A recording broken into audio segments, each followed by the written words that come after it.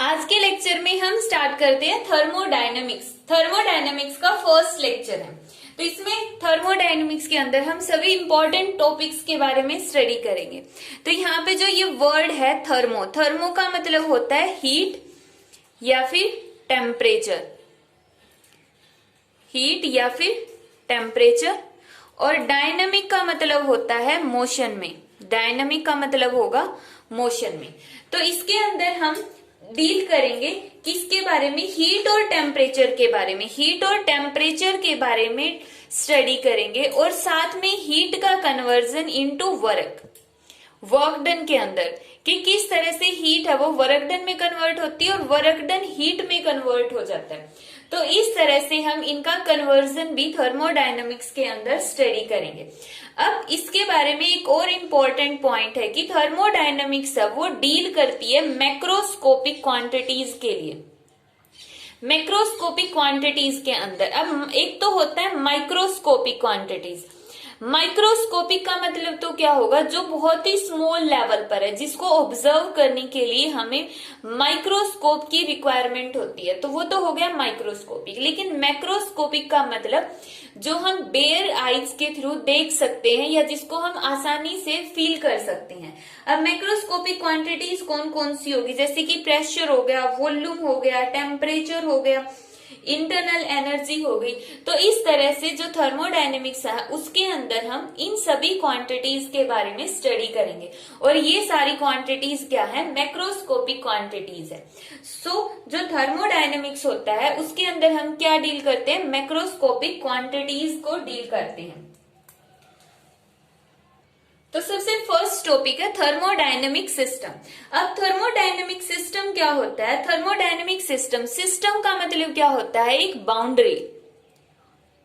System का मतलब क्या होगा, एक बाउंड्री होगी, वो बाउंड्री जिसके अंदर बहुत सारे लार्ज नंबर में पार्टिकल्स प्रेजेंट है, लार्ज नंबर में पार्टिकल्स प्रेजेंट है। और जब वो इतने सारे पार्टिकल्स प्रेजेंट होते हैं तो उनकी कुछ न कुछ प्रेशर की भी वैल्यू होती है, वॉल्यूम भी होता है उनका कुछ न कुछ, और टेम्परेचर भी होता है। तो उन सभी पार्टिकल्स की कलेक्शन को हम क्या बोलते हैं, थर्मोडायनेमिक सिस्टम बोलते हैं। अब जो ये थर्मोडायनेमिक सिस्टम है वो तीन टाइप का होता है। एक तो होता है open system, open system. Open system का अगर हम एग्जांपल ले, जैसे हमने स्टोव के ऊपर या गैस के ऊपर हमने एक बीकर लिया और उस बीकर के अंदर पानी रख दिया। अब जैसे ही यहां से गैस ऑन होगी और वो पानी गर्म होगा तो बाहर क्या जाएगा, एक तो भाप चली जाएगी, स्टीम जाएगी, और ऊपर से मैटर भी तो साथ में जा रहा है। मैटर का मतलब पानी भी तोड़ रहा है। अगर हम उसको काफी लंबे टाइम तक गर्म करते रहे तो सारा का सारा पानी है वो खत्म हो जाएगा। तो ओपन सिस्टम के अंदर मैटर और एनर्जी या फिर मैटर और स्टीम बोल दो, स्टीम के बजाय हम यहाँ पे वर्ड यूज करते हैं एनर्जी। तो वो सिस्टम जहां पे मैटर और एनर्जी दोनों ही एक्सचेंज होते हैं, किसके साथ, सराउंडिंग के साथ। जो चीज हम डील कर रहे, जिस सिस्टम, जिस भी चीज के ऊपर हम अपनी ऑब्जर्वेशन कर रहे हैं उसको तो हम बोलते हैं सिस्टम, और उसके अलावा जो स्पेस है उसको हम बोलते हैं सराउंडिंग, सराउंडिंग। तो ओपन सिस्टम के अंदर क्या होता है, ओपन सिस्टम के अंदर मैटर और एनर्जी दोनों एक्सचेंज होते हैं। सेकंड है closed system, closed system. Closed system जैसे घर के अंदर कुकर होता है, कुकर के अंदर हम खाना बनाते हैं, तो वही जब उसके अंदर सब्जी बनाते हैं तो क्या होता है, उसके ऊपर हमने ये लीड लगा दिया, कवर लगा दिया और यहाँ पे सीटी हो गई। अब ऐसा तो नहीं है कि यहाँ से सब्जी निकल कर भाग जाएगी, तो एक तरह से ये क्या हो जाता है, क्लोज्ड सिस्टम। एनर्जी तो निकल रही है, कुकर गर्म हो जाता है और इसके साथ ही जैसे ही सीटी बजेगी तो यहाँ से भाप निकलेगी, तो स्टीम निकलेगी, तो यहाँ से एनर्जी तो एक्सचेंज हो रही है, लेकिन मैटर एक्सचेंज नहीं होगा, बहुत ही कम एक्सचेंज होगा थोड़ा बहुत मैटर एक्सचेंज, बट बहुत ही कम होता है, एनर्जी ज्यादा एक्सचेंज होती है। तो इसको हम क्या बोलते हैं, क्लोज्ड सिस्टम बोलते हैं। या फिर क्लोज्ड सिस्टम का दूसरे एग्जांपल क्या दे सकते हैं जो इससे भी बेस्ट होगा, कि इसको हम एक लीड से कवर कर देते हैं। जब लीड लगा दिया, इसके ऊपर एक ढक्कन लगा दिया, तो उसके बाद ये पानी तो जाएगा नहीं, लेकिन जैसे ही हम गैस को ऑफ करके यहाँ पे रख देंगे इसको, जैसे ही गैस को हमने ऑफ किया और इस बीकर को कवर करके रख दिया तो कुछ टाइम बाद ये पानी अपने आप ही ठंडा हो जाता है। तो इसका मतलब इस पानी के अंदर जितनी भी एनर्जी थी वो सारी कहाँ पर चली गई है, इन्वायरमेंट में चली गई है। तो इसको हम क्या बोलते हैं, क्लोज्ड सिस्टम। क्लोज्ड सिस्टम के अंदर सिर्फ एनर्जी एक्सचेंज होती है, मैटर एक्सचेंज नहीं होगा। थर्ड है हमारे पास आइसोलेटेड सिस्टम।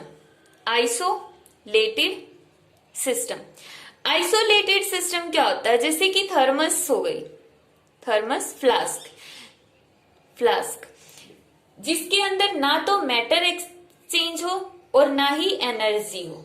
थर्मस फ्लास्क के अंदर क्या करते हैं, गर्म पानी या फिर चाय रख दी अगर हमने तो वो काफी लंबे टाइम तक क्या रहेगी, उसके अंदर गर्म रहेगी। तो मतलब ना तो वो चाय कम होती है तो मैटर भी एक्सचेंज नहीं हुआ, ना ही वो ठंडी होती है तो मतलब एनर्जी भी एक्सचेंज नहीं हुई। अब कुछ टाइम बाद तो वो ठंडी हो जाएगी, शाम तक या नेक्स्ट डे ठंडी हो जाएगी। तो इसका मतलब एक्चुअल में आइसोलेटेड सिस्टम एग्जिस्ट ही नहीं करता। एक आइडियल आइसोलेटेड सिस्टम एग्जिस्ट नहीं करता, आइडियल एग्जिस्ट नहीं करता। सिंपल आइसोलेटेड सिस्टम एग्जिस्ट करते हैं, जैसे थर्मस फ्लास्क हो गया। तो ये था थर्मोडायनेमिक्स सिस्टम। नेक्स्ट है थर्मोडायनेमिक वेरिएबल। अब थर्मोडायनेमिक वेरिएबल क्या होते हैं, वो वेरिएबल्स का मतलब टर्म्स, वो टर्म्स जिनकी हमें रिक्वायरमेंट होती है पूरे सिस्टम को एक्सप्लेन करने के लिए। सिस्टम को एक्सप्लेन करने के लिए जिन टर्म्स का हम यूज करते हैं उनको हम क्या बोलते हैं, थर्मोडायनेमिक वेरिएबल बोलते हैं। जैसे सबसे फर्स्ट वेरिएबल होते हैं intensive variable. Intensive variable, intensive variable का मतलब क्या होगा, वो वेरिएबल जो इन से याद रख लेना, इनका मतलब इंडिपेंडेंट। इंडिपेंडेंट, इंडिपेंडेंट मीन्स जो सिस्टम के साइज के ऊपर डिपेंड ना करे। सिस्टम का साइज कितना है, शेप कितनी है, इस पर डिपेंड ना करे तो वो क्या हो गए, इंटेंसिव वेरिएबल हो गए। एग्जाम्पल के तौर पर जैसे क्या हो गया, टेम्परेचर हो गया। अब जो अगर हम एग्जाम्पल ले टी का, ठीक है, टी एक तो जो हमारे पतीले के अंदर होती है चाय यहां पर है, और एक अगर हमने उसको कप के अंदर डाल दिया है तो चाय दोनों जगह ही इक्वली गर्म होगी। अगर हम इनिशियल स्टेज पर लेते हैं, कुछ टाइम बाद जाके अलग अलग हो जाएगा, बट इनिशियल स्टेज पर दोनों के अंदर चाय क्या होगी, इक्वल अमाउंट में गर्म होगी। तो टेम्परेचर क्या रहेगा उनका, मतलब टेम्परेचर है वो डिपेंड नहीं करता साइज और शेप के ऊपर कि यहाँ पे साइज बड़ा है और यहाँ पे साइज छोटा है, तो साइज के ऊपर डिपेंड नहीं करती है इंटेंसिव वेरिएबल्स। इसी तरह कुछ और भी टर्म्स जो हम धीरे धीरे पूरी यूनिट्स में सीखेंगे, जैसे टेम्परेचर के साथ साथ प्रेशर भी एक ऐसी ही क्वांटिटी है। तो ये तो था इंटेंसिव वेरिएबल। नेक्स्ट है एक्सटेंसिव वेरिएबल। एक्सटेंसिव वेरिएबल्स क्या होती है, विच डिपेंड्स अपॉन सिस्टम, जो सिस्टम के ऊपर डिपेंड करती है, सिस्टम की शेप साइज के ऊपर डिपेंड करती है। जैसे कि वॉल्यूम, अब वॉल्यूम तो डिपेंड करता है, जितना बड़ा बीकर होगा उतना ही उसका वॉल्यूम होगा, तो वॉल्यूम पर तो डिपेंड कर गया। वॉल्यूम जो है वो तो सिस्टम पर डिपेंड कर गया, तो वॉल्यूम क्या है, एक एक्सटेंसिव वेरिएबल है। उसके बाद वॉल्यूम के बाद हो गई एनर्जी। अब एनर्जी जितना बड़ा बीकर होगा उसकी एनर्जी उतनी ही ज्यादा होगी। छोटे बीकर के अंदर अगर उतनी ही टेम्परेचर पर कोई लिक्विड है या कोई सबस्टांस है, उसकी एनर्जी क्या हो जाएगी, कम हो जाएगी। तो ये कुछ कुछ टर्म्स है जिनको हम धीरे धीरे इस यूनिट्स के अंदर स्टडी करेंगे कि कौन सी यूनिट्स एक्सटेंसिव वेरिएबल होती है और कौन सी यूनिट होती है इंटेंसिव वेरिएबल्स होती है। नेक्स्ट एंड सबसे इंपॉर्टेंट टॉपिक है थर्मल इक्विलिब्रियम। अब देखो इस टर्म के अंदर थोड़ा सा कंफ्यूजन होगा। थर्मल का मतलब क्या होता है, टेम्परेचर। इक्विलिब्रियम का मतलब इक्विलिब्रियम में हो, तो दो बॉडीज या फिर दो सिस्टम, टू बॉडीज और टू सिस्टम इन कांटेक्ट, जब टू सिस्टम एक दूसरे के साथ कांटेक्ट में होंगे and they said to be in thermal equilibrium, और उनको हम थर्मल इक्विलिब्रियम के अंदर बोलेंगे if both are at the same temperature, अगर दोनों सेम टेम्परेचर के ऊपर हो गए। क्योंकि देखो अगर इसका टेम्परेचर TA है और इसका TB है, TA अगर ग्रेटर देन है TB से, तो इसका मतलब A सिस्टम हॉट हो गया और B सिस्टम कोल्ड हो गया, तो हीट फ्लो करेगी हॉट टू कोल्ड की तरफ, ए से बी की तरफ हीट फ्लो करेगी। और अगर बी का ज्यादा होता तो बी से ए की तरफ हीट फ्लो करती। लेकिन हमने क्या कहा कि दोनों का टेम्परेचर क्या है, सेम है। अगर दोनों का टेम्परेचर सेम है तो इसका मतलब क्या हो गया कि वहां पर वो दोनों इक्विलिब्रियम के अंदर है, कोई भी हीट फ्लो नहीं होगी।